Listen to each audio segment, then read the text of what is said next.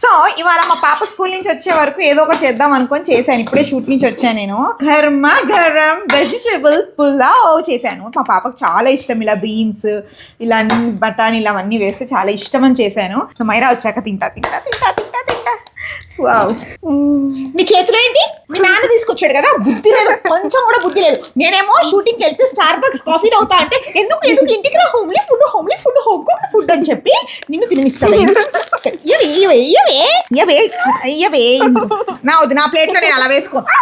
ఇదిగో ఇది నేను కొనేనా? నువ్వు కొన్నావా? నీకు డబ్బులు ఎక్కడవే? మీ నాన్న డ్రామా. నేను వంట చేస్తున్న సంగతి మీ నాన్నకు తెలుసు. స్కూల్ నుంచి తీసుకొచ్చి ఇదిగోండి ఇవన్నీ కొనిపించి తీసుకొచ్చాడు. దానికి ఇంత అన్న ఎవరు తింటాడు? అన్నం నువ్వు తిను, మేము స్నాక్స్ తింటా. ఆగవే, మంచిగా నేను ఆలు పులావ్ చేసా.